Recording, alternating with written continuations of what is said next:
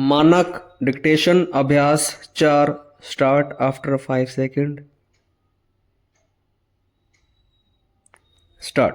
माननीय सदस्यगण, हाल में उत्तर प्रदेश के राज्यपाल ने हिंदी के विकास के बारे में जो विचार प्रकट किए हैं वे अज्ञान के सूचक नहीं, एक धारणा के सूचक हैं जो हमारा अनुमान है राज्यपाल महोदय तक सीमित नहीं हैं, बल्कि कांग्रेस के अधिसंख्यक नेताओं की धारणा है। विराम।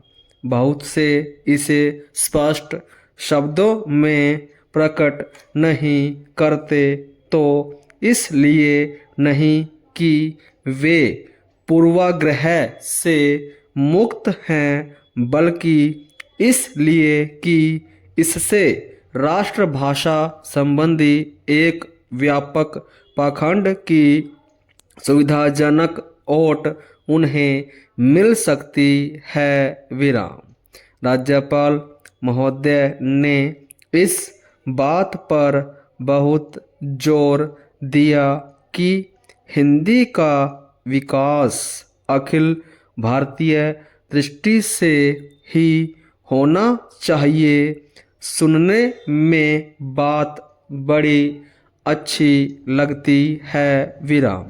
यह बात और भी अच्छी है कि इस भाषा का विकास अखिल मानव जाति के कल्याण की दृष्टि से ही होना चाहिए। विराम। लेकिन जो लोग इस ढंग की बातें करते हैं वे न भाषा के विकास के नियम समझते हैं, न किसी भाषा के विकास में कोई योग देते हैं। विराम। इस तरह के लोगों की कृपा केवल हिंदी पर होती है, क्योंकि हिंदी को संभाव्य राष्ट्रभाषा का नाम देकर इस पर विचार के सब लोग उस पर मनमानी लाद देना चाहते हैं और इसके स्वाभाविक विकास में रोड़ा अटकाते हैं। विराम। हम अखिल भारतीय दृष्टि से विरोधी नहीं हैं। विराम। बल्कि हमने सदा प्रादेशिक, सांप्रदायिक या किसी तरह की भी संकुचित मनोवृत्ति के विरुद्ध राष्ट्रीय दृष्टि और चिंतन का समर्थन किया है। विराम।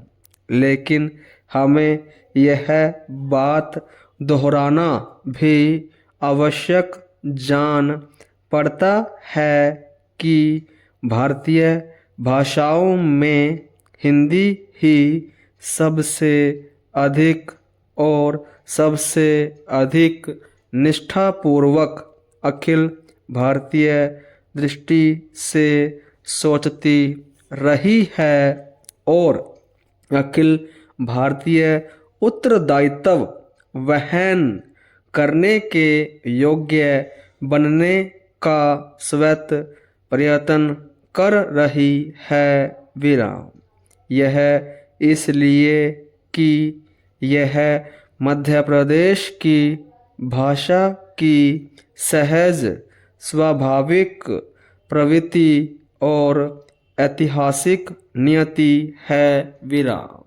केंद्रीय सरकार राज्य सरकारों को राज्य की भाषा के विकास के लिए अनुदान देते हुए यह आशा या मांग करे कि राज्य अपनी भाषा विकास में योग देते हुए एक व्यापक दृष्टि को पनपाने का प्रयत्न करें तो यह आशा या मांग सही होगी। विराम।